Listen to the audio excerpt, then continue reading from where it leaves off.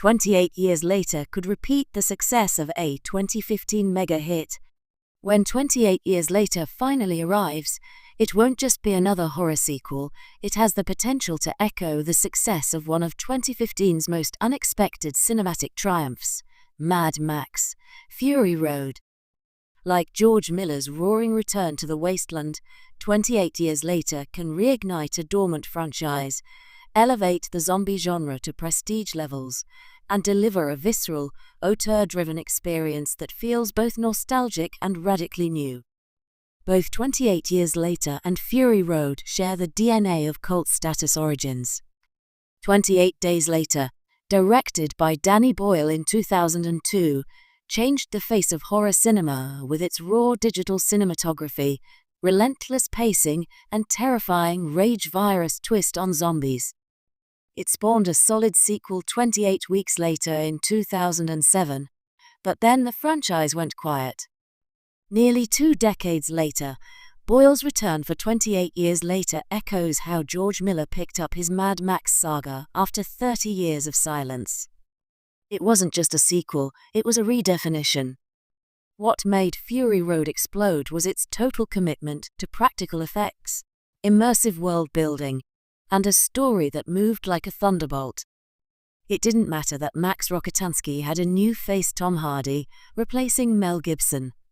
Audiences connected with the intensity and clarity of the film's vision. Likewise, 28 years later has the advantage of returning talent, including Cillian Murphy, who may reprise his role as Jim, and Danny Boyle himself, with screenwriter Alex Garland also rumored to be involved. This returning creative force can blend fresh terror with thematic depth, just like Fury Road did with its feminist undertones and explosive action. The parallels run deeper when you consider the cultural landscape. In 2015, Fury Road felt like a necessary jolt, a reminder that action cinema could be artistic, bold, and meaningful. Today's horror genre is already experiencing a renaissance, with films like Hereditary, Get Out, and The Last of Us TV adaptation pushing emotional and political boundaries. 28 years later could slot perfectly into this environment, bringing a high-concept horror story with real-world commentary, be it on pandemics, societal collapse, or political negligence. Much like Fury Road, it could be the kind of film that wins over both genre fans and Oscar voters. Crucially, 28 years later doesn't need to follow traditional zombie movie formulas. One of Fury Road's greatest strengths was how it prioritized tone, rhythm, and character over exposition. The same trick can work here. Boyle's kinetic direction could transform the infected wasteland into a surreal nightmare, a dreamlike chase through a world that's adapted to decades of rage. Imagine a ruined Britain where generations have never known peace, where humanity's survival comes down to desperate guerrilla groups, corrupted governments, and unexpected heroes. If Boyle leans into these themes with visual inventiveness and emotional heft, the result could be a genre-defining piece of cinema. Another element 28 years later shares with Fury Road is the opportunity to pass the torch. While Tom Hardy's Max was the anchor, Fury Road truly belonged to Charlize Theron's Furiosa. 28 years later could similarly introduce a new character who reshapes the franchise.